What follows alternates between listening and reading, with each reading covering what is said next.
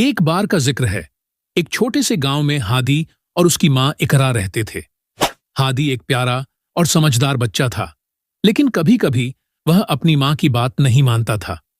इकरा अपने बेटे से बहुत प्यार करती थी और हमेशा उसकी भलाई चाहती थी। एक दिन इकरा ने हादी से कहा, बेटा, मैं बाजार जा रही हूं, तुम घर में ही रहना और कोई शरारत मत करना। हादी ने सिर हिलाकर हाँ तो कर दी, लेकिन उसके दिमाग में कुछ और ही चल रहा था। जैसे ही इकरा बाजार गई, हादी ने सोचा, क्यों ना मैं अपने दोस्त के साथ खेलने चला जाऊं। हादी अपने दोस्त के घर चला गया और दोनों मिलकर खेलने लगे।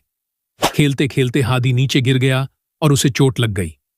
हादी घर वापस आया और दर्द से रोता रहा जब तक इकरा वापस नहीं आई।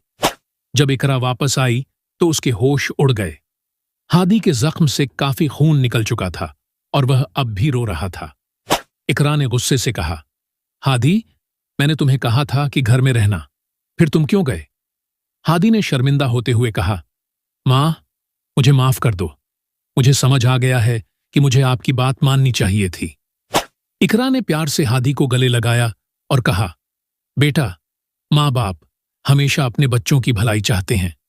तुम्हें हमेशा अपने माँ बाप की बात माननी चाहिए। इस वाकये के बाद हादी ने अपनी माँ की बात हमेशा मानी और कभी भी उसकी बात को नजरअंदाज नहीं किया।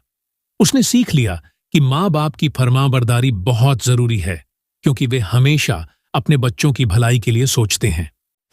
और इस तरह हादी और इकरा खुशी खुशी अपनी जिंदगी गुजारने लगे। कहानी का सबक, माँ बाप की बात माननी चाहिए, क्योंकि वे हमेशा अपने बच्चों की भलाई चाहते हैं।